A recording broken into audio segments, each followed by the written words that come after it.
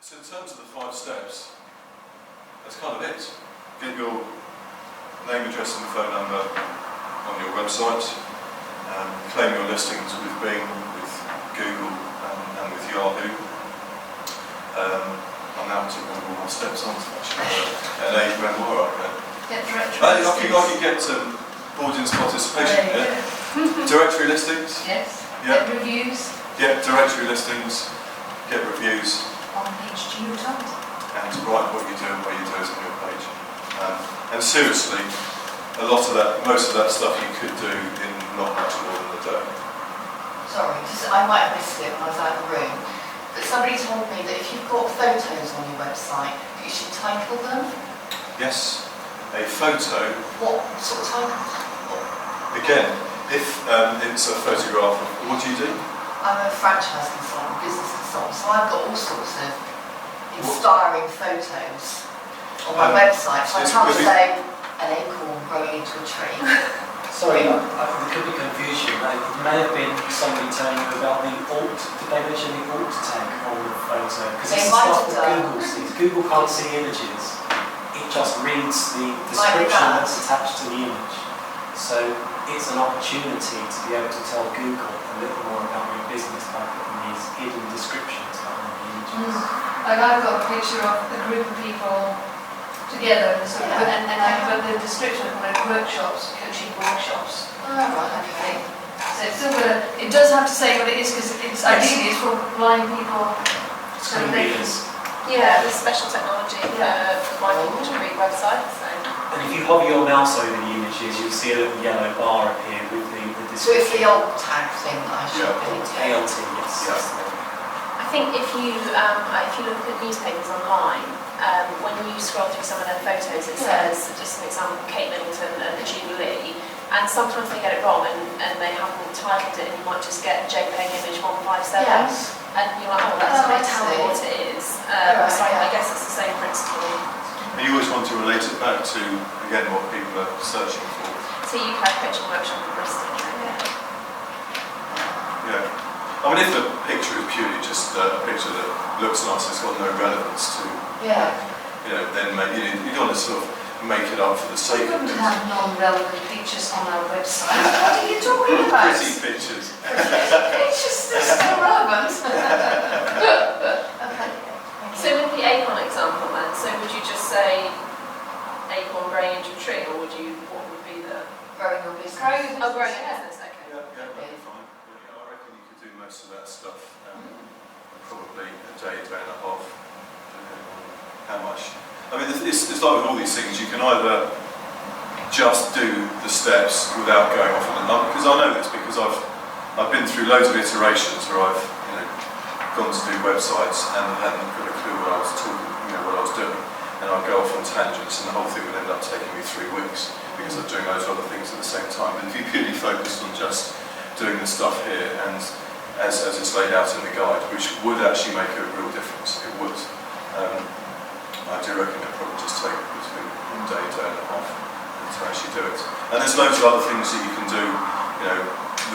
The subject of search engine optimization is a massive subject, but in terms of the first things, I'll definitely go for those. We were going to put a YouTube thing on our website. Yeah. That's a good idea. YouTube's brilliant, so get a video up there. The key thing is everything relates back to these things, the keywords. So if you're doing a YouTube video and putting it on your site, make sure within that when you upload it, you have the opportunity to put in keywords and a description. Make sure you put in keywords and a description to relate back to the people that you want to search for that term. Okay. So Google are keen on YouTube videos, and also they've shown that users, the conversion rate if you have a video on your site is far, far higher than if you don't, because people can engage with it, they can see you're a real person, a real business, so the conversion rate seems to be much higher. And isn't YouTube the second biggest search engine? It is, yeah. Yeah. So further reading-wise, unfortunately it does cost a bit of money to get this book. I would have given it to you out free, but then he probably would have tried to sue me. But it is absolutely brilliant. that book is telling, it's very, very neatly laid out, and I've done a lot of searching on the web, and it compiles together lots of information from all over the place, just to give you, Janet and John, to enable you to do what I've shown you really quick. Google have also set up something called the Webmaster Academy, which, if I'm honest, I would get the other book first, although you'd probably be more inclined to do this because it's free. I personally would get the other one first because it'll just get the job done for you a lot quicker. But if after you've done that and spent your day and a half and want to get a bit more into optimising your website, I'd suggest this would be the next step because it's pretty good, to be honest. But it's not as to the point. And it won't be as quick for you to get a quick win. And that's pretty much it. Any questions? Just, is it possible just to go back so I can get that name for Bing? How the link for Bing? I didn't manage to pick that up. Oh, sorry. You just switched on to it. That's the one, yeah. We can send this over to you so you have this tomorrow. Well, actually, if you've got everyone's email addresses, because then they can download it from the site. Yeah, did everybody receive the One Day to Go email yesterday? Yeah. So, I don't think I actually signed up No. anywhere. Sorry, I just typed that. very welcome. But if you got the email yesterday, then I've got your correct. Did you get the Yeah. I've got the correct email address, so I can get it sorted with this information. I know it's probably another huge subject, Google Analytics. So- Measuring. Yeah, so I'll assume that Google Analytics, I'll just assume everyone does know what it is. It's another service provided by Google that you can install onto your website, and it will tell you how many people are visiting your site, where they're coming from, so are they coming from Google or Bing, have they gone onto someone else's website, and you come onto your, so it'll give you loads of stats basically. And Google Analytics is, once you start looking to optimise your website, is critical. You need you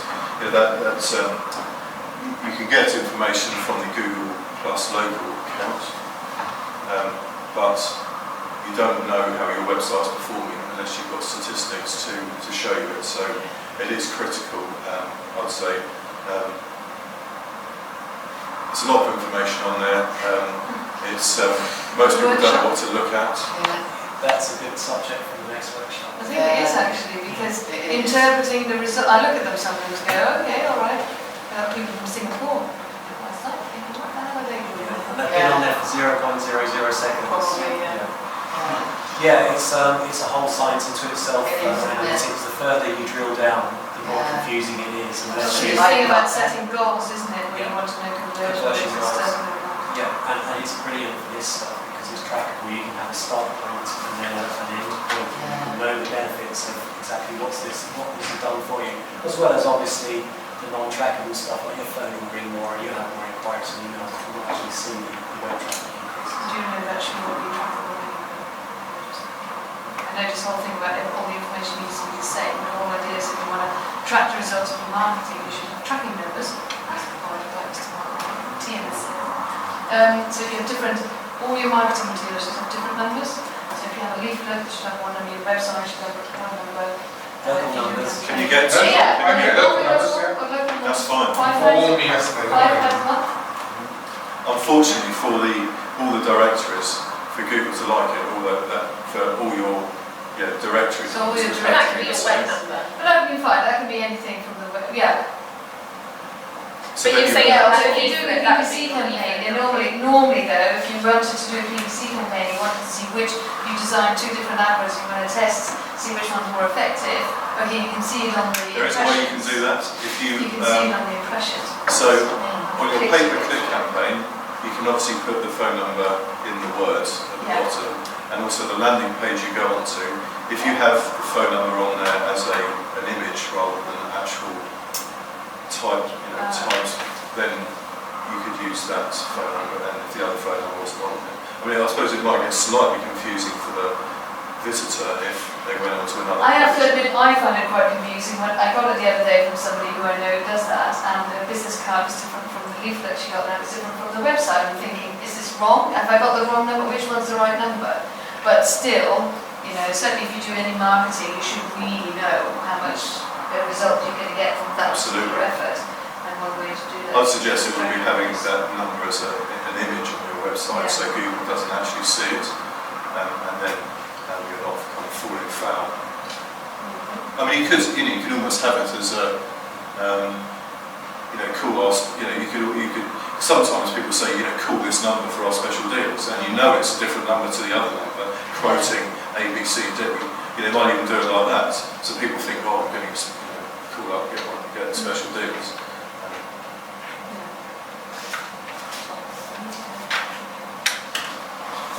Anybody struggling with the time they can allocate to putting in for the day and a half, perhaps they could speak to Inga about some time management courses. Yes. Well, thank you very much. And then when they just don't want to do it themselves, you have to speak to the expert. Yeah. So presumably you do. So would you offer this? Just if you just said, listen, if you just want something really basic and you just don't want to do it yourself, we do it for a day. Would you do that? Yeah. And run campaigns. And then afterwards you can still, but some of the people like to, start this and see first what it is. Would you do that as an individual thing? Yeah, and it helps with the transparency of the service that we provide as well. You know exactly what's been done, how it's been done, why it's been done, as opposed to there's the money, I'm not really sure what's happened. I think my visitors are increasing. It's all about being very transparent and showing exactly what you're getting from it. And could you take on all different levels of SEO work? So whether it just be like a small amount in a day and a half that you don't have to give it to the guys, up to a huge SEO program that And I'm doing an SEO campaign at the moment for a company, and they provide guarantor loans and payday loans, and they target nationwide. So the principles are always the same. Obviously, the work is very different, but in other words, yes, the principles between a local business and a national business are the same, but just the amount of work that's